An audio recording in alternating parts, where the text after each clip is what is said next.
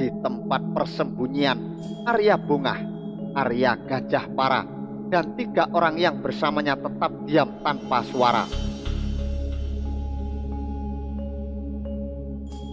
Hingga kemudian dilihatnya di balik kabut, beberapa orang mengendap-endap menuju ke tepi sungai. Arya Bungah mendesis, "Para, lihat ke sana." Arya Gajah Para melayangkan pandangannya ke arah yang ditunjuk Arya Bungah. Diikuti 3 orang yang lain. "Kita ke sana segera."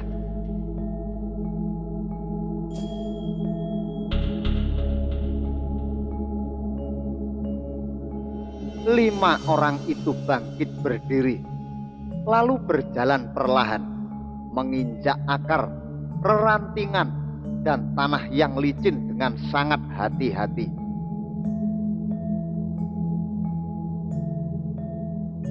"Para," yang dipanggil menoleh, "kamu tidak heran?" Arya Gajah Para tidak segera menyahut dan terus saja berjalan. "Heran kenapa, Kang?" Arya Gajah Para akhirnya menjawab, "Hujan ini, kabut ini." Arya Gajah Para terus berjalan. "Ya, Kang. Aku diam-diam memikirkan keanehan ini sedari tadi.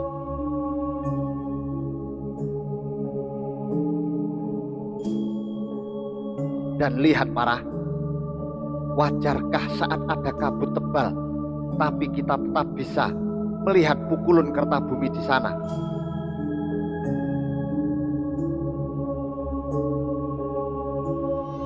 Arya Gajah Para terdiam. Wajahnya menampakkan ketakjuban. 3 orang di belakang mereka ikut menyimak. Satu hal yang mereka yakini, orang yang dicarinya memang sudah tepat.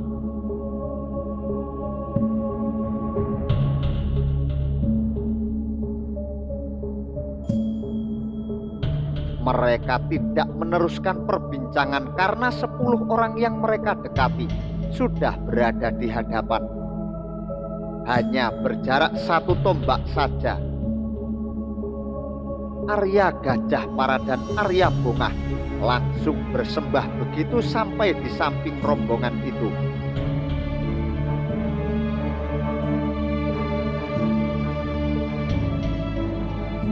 Bre Kertabumi terkejut dan langsung mengangguk pelan saat tahu siapa yang datang. Dengan wajah tegang, dia bertanya, "Bagaimana keadaannya?" "Mereka masih menunggu di pinggir sungai, Pukulun." Arya Bungah memberikan jawaban.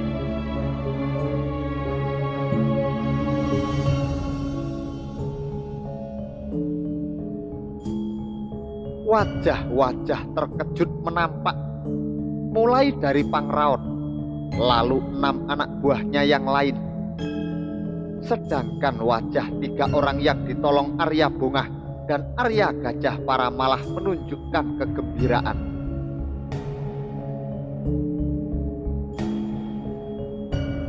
"Paman Palon, lantas bagaimana ini?"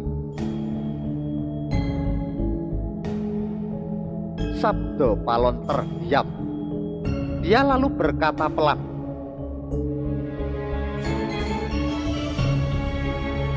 "Raden, hamba yang bodoh ini juga tidak tahu harus berbuat apa.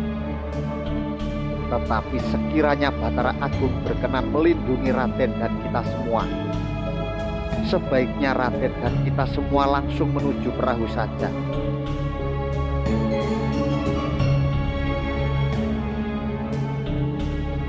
Pangraot mendelik mendengar saran itu.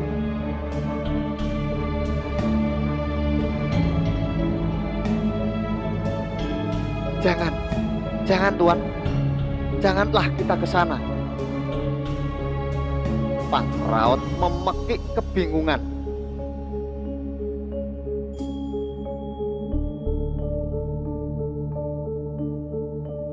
Bre Kertabumi termangu sejenak, lalu berkata dengan yakin,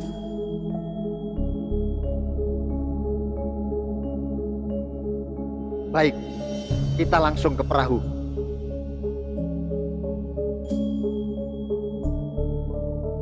Pangraut terlonjak, begitu juga 6 anak buahnya.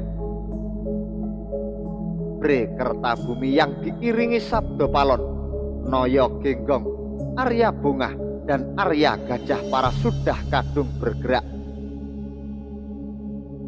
Pangraut kebingungan, anak buahnya juga. Dan ketika mata mereka tertumbuk pada dayung-dayung yang dibawa 2 pemuda itu, salah satu dari mereka memekik,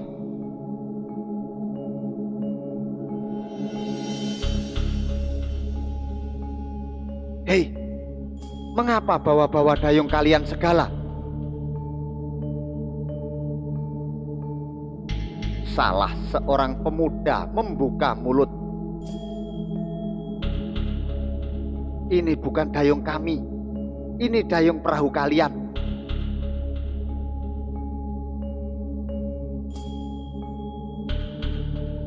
Pangraut membelalak, matanya mirip mata luwak.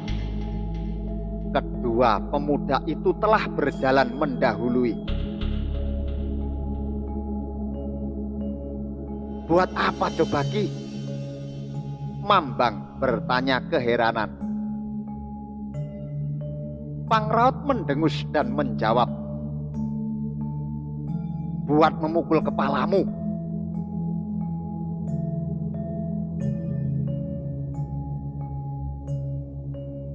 Pangraut segera berjalan mengikuti rombongan Bre Kertabumi. 6 anak buahnya ikut bergerak.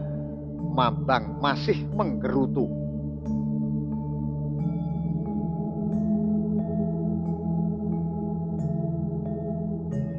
Pinggir hutan telah terlihat.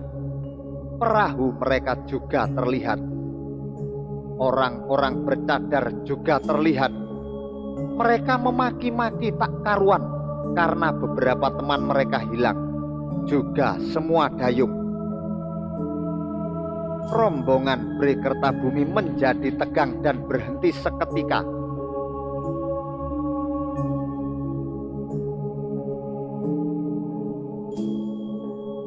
"Bagaimana Paman?" tanya Bre Kertabumi ragu. Sabdo Palon menghela napas. "Hamba tidak tahu Raden."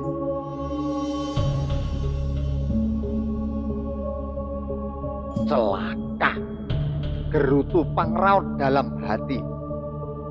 Dia sudah memutuskan untuk balik ke hutan seorang diri, apalagi ketika dia mendengar, "Lebih baik kita terus ke perahu Raden."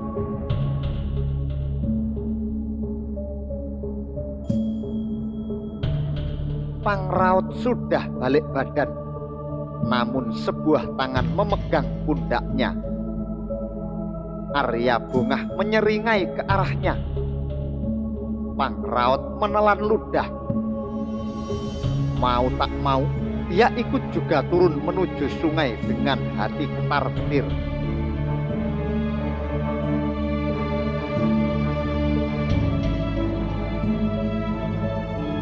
Dengan sangat berhati-hati, rombongan itu turun ke pinggiran sungai di tengah gelimun kabut. Perahu sudah ada di depan mata. Yang membuat mereka tidak bisa mengerti, kenapa orang-orang bercadar itu tidak ada yang melihat mereka. Pangraut sedikit bernapas lega karenanya. Walau matanya terus gelisah melihat orang-orang bercadar itu, jarak mereka sekitar 4 tombak saja.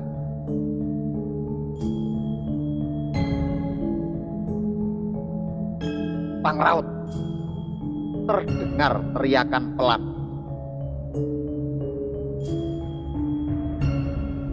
Pangraut terkejut. Dilihatnya Arya Bungah menatapnya. Cepat lepas tambangnya. Kita bergerak sekarang juga.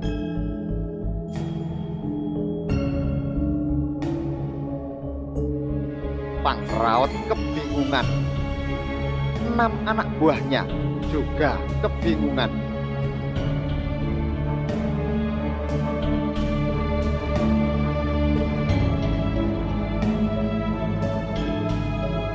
Kabut sebegini tebal, hujan juga belum reda benar.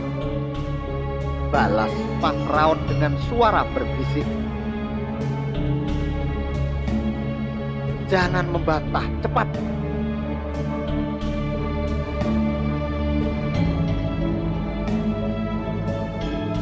Pangraut masih ragu, tetapi cepat dia memberikan isyarat kepada anak buahnya untuk melepas tali tambang.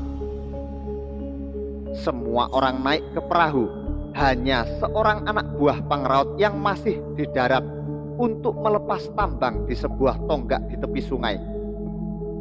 Lalu dengan ketakutan dia cepat-cepat melompat ke perahu.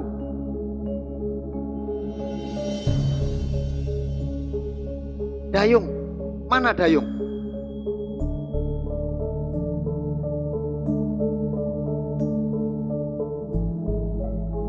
Pangraut mencari-cari pemuda yang membawa dayung perahunya.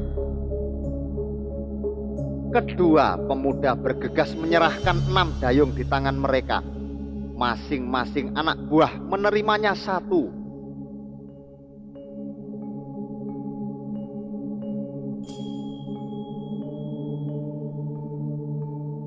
Kabut sebegini tebal, tak ada pula nyala damar. Gerutu Pangraut.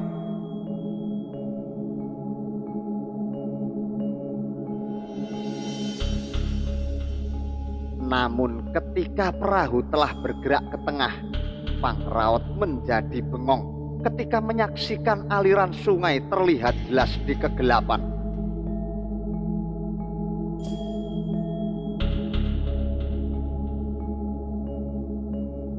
Jagat Dewa Batara, bisiknya dengan mata yang membelalak seperti luwak.